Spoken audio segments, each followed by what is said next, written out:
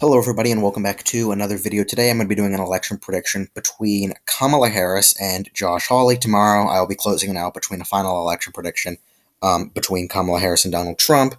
And then we will be beginning the DeSantis part of the week. We're day 2 of 7 of the Harris-DeSantis week. We just did a Harris-DeSantis election prediction to start off the Harris-DeSantis week. Harris versus Hawley today and Harris versus Trump tomorrow.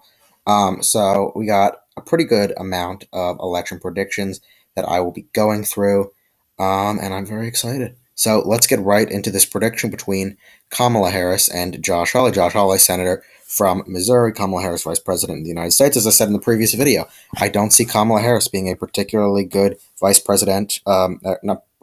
particularly good Democrat nominee for them in 2024, and I don't think she'll do pretty well in a general election. When you look at not only Joe Biden's approval rating, which is in the high 30s to mid 30s, Harris's is in the high 20s to not Illinois, is in the high 20s to low 30s. In some cases, in some polls, actually mid 20s. So very, very poor approval rating on her part. And that approval rating will not be any benefit to her in a general election. So I'm going to give her Washington, and Illinois, and Delaware as likely states for her. She'll win them 5 to 15 points. I think Oregon, New Jersey, Connecticut could narrow below that. I mean, you saw New Jersey do that in 2021, and with Harris's number, she definitely could contribute to that narrowing. But I'll give her Maine's 1st congressional district against Josh Hawley. Likely, Josh Hawley states, this will be Iowa, Ohio, Texas, Florida, Maine 2nd. And I'm also going to give Josh Hawley likely North Carolina. I think that go above 5 points. Harris is, in my mind, worse. She's on par, maybe a little bit worse than Hillary as a candidate. And Trump was able to win against Hillary in North Carolina by 3.7%. It's trending. Honestly, I don't really know how it's trending. I haven't really looked at this numbers much. But I guess when you look at 2020, it trended a little bit Democrat. But I think it's a very fluctuable state, and it's more of a Republican state, although it does have a Democrat governor. So it's a bit interesting to look at those. But it could go above 5 points. Roy Blunt was able to win there. Not Roy Blunt. Richard Burr was able to win there by a likely margin in 2016. So Hawley could do the same.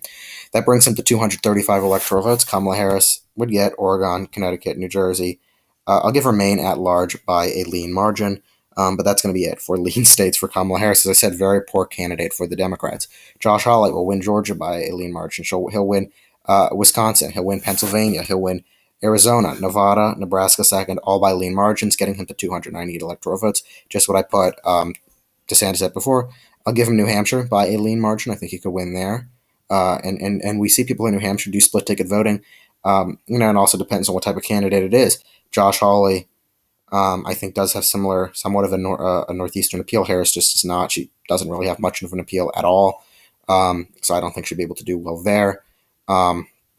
Tilt Harris. Actually, I'll give Harris lean for Colorado. That could go about 1 to 2 points. She'll be able, in my mind, to tilt Minnesota in her favor. However, Josh Hawley will be able to tilt Michigan in his favor. He'll be able to tilt Virginia in his favor. But New Mexico will still tilt in favor of Florida. I think Hawley will do better among suburban women, kind of has that Glenn Youngkin appeal, in my mind, being from Missouri. That's more of another suburban state somewhat. You got Missouri, you have Virginia, Nebraska 2nd. Those are kind of what those areas you think of. I think that he'd be able to tilt Virginia in his favor. So that's a very big victory for Josh Hawley, 330 electoral votes.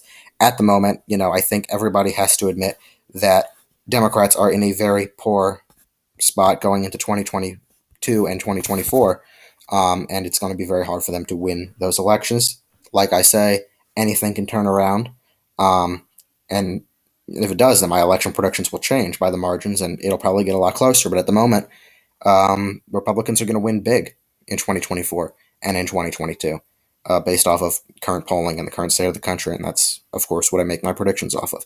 So with that, thank you all so much for watching this video.